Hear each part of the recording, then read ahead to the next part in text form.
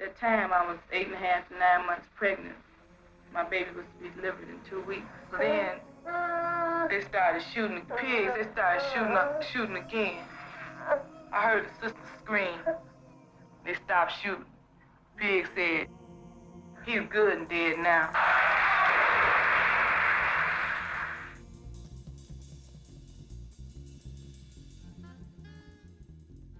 Tear gas is stone. Here's your water and your mask. Keep this on you.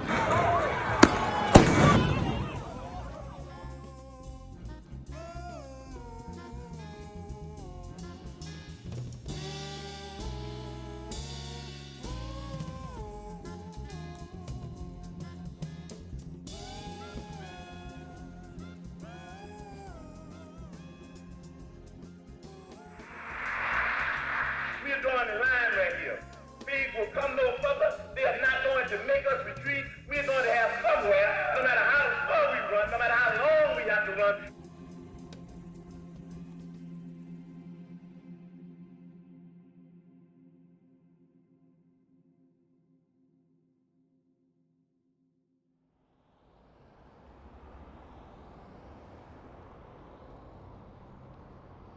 It's 2337 West Chairman Fred Hampton Way.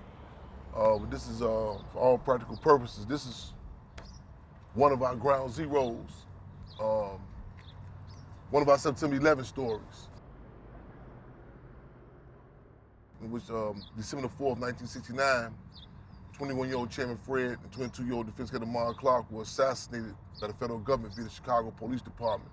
The first prenatal care that I received, as opposed to doctor's stethoscope, was the Chicago Police Department's revolver being placed on my mother's pregnant, protruding belly. Free Fred Hampton, free Fred Hampton, fascist pigs free. Fred Hampton, we need our warrior beside us. Free Fred! For the people's love for Fred Hampton is lovelier than lovely.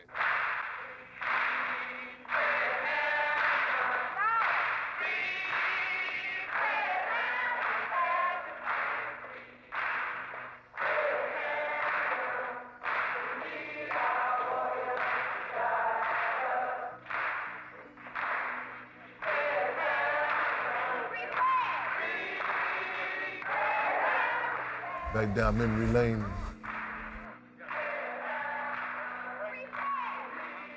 Sinking in, you know what I'm saying? Trying to wonder which steps did he take in here. Man.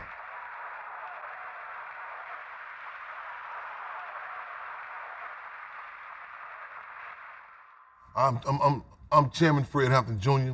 I feel fortunate to have fallen from the tree of two freedom fighters, that of Chairman Fred Hampton and also of Akua Njeri, formerly known as Deborah Johnson.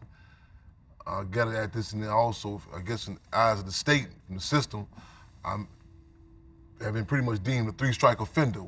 One, for just simply being African. Two, for being the son of Chairman Fred and Akua Njeri.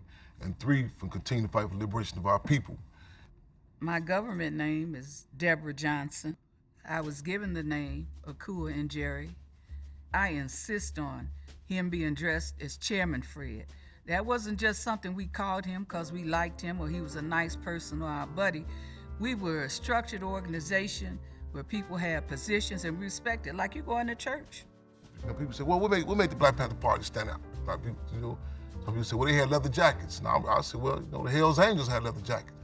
The deal is, the Black Panther Party was an organization that stood up on its own terms, that fought for that precious entity, self-determination. Off of the 10-point programming platform, programs were put in place. The party was mandated wherever they were, not just in Chicago, but all over, to build survival programs. We could fight so we could run our communities in our own interest.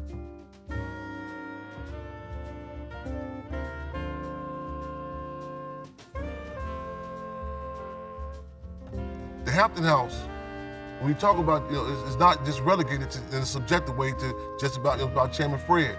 The Hampton House is an edifice, is a building for the history of Chairman Fred, the Black Panther Party, the people in general, humanity, history of resistance, history of contradictions, again, and it's ongoing. It's not just talk, it's theory and practice. This is literally right next door to the childhood home of Chairman Fred Hampton, one of the survival programs, the Black Panther Party Cubs, the Fred Hampton House also that we have going on. I think it's imperative that we put it in context of the before and after. Bring them all. Heads up, eyes open, the fists clenched. You know how we do this? We are literally, matter of fact, before we go inside, scan the hallways, because we say this is history. The outside of the Hampton House, the inside of the Hampton House, from the elementary school he attended to paintings and murals. This is my favorite picture right here of me.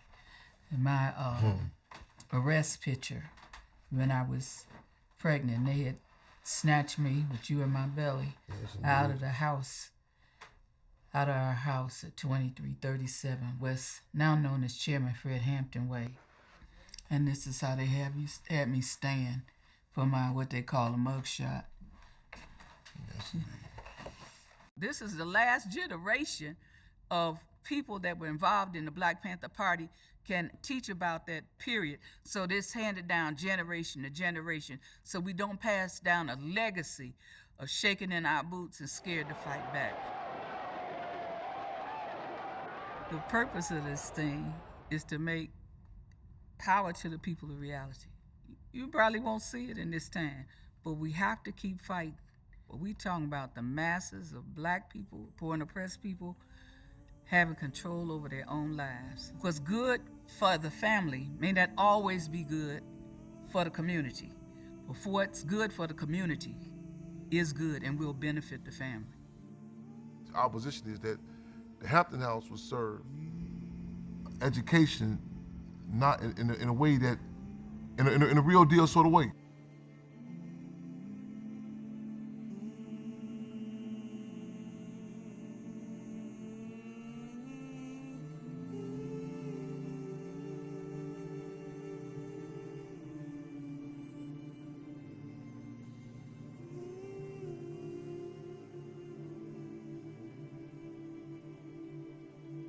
Free them all. Good job, good work, good work. The mother ode, you think I forgot? Well, I think not. From the pyramids to the plantation, through the sharecropping and segregation, to the old earth from her seed, yes indeed, you carried me. In Africa, I rode your back on a plantation of potato sack. Whatever the case, you held me tight, kept me close those winter nights. Matriarchs and mothers and queens and nannies, big mamas and dear mamas, Geronimos and grannies. From the womb to the tomb, from the belly to the grave, through 4 inches of glass, prison blues and shackles and chains. I love you dearly, miss you really, and ain't never gonna change. Right on. Right on. We are the great-grandchildren of Garvey, offspring of Malcolm and the ideological cubs of the Black Panther Party. The Black Panther Party, a tough act to follow. However, we in the Black Panther Party Cubs position that we attempt to not walk in their footsteps, but their Panther paw steps. So the beat goes on. What's the call? Free them all.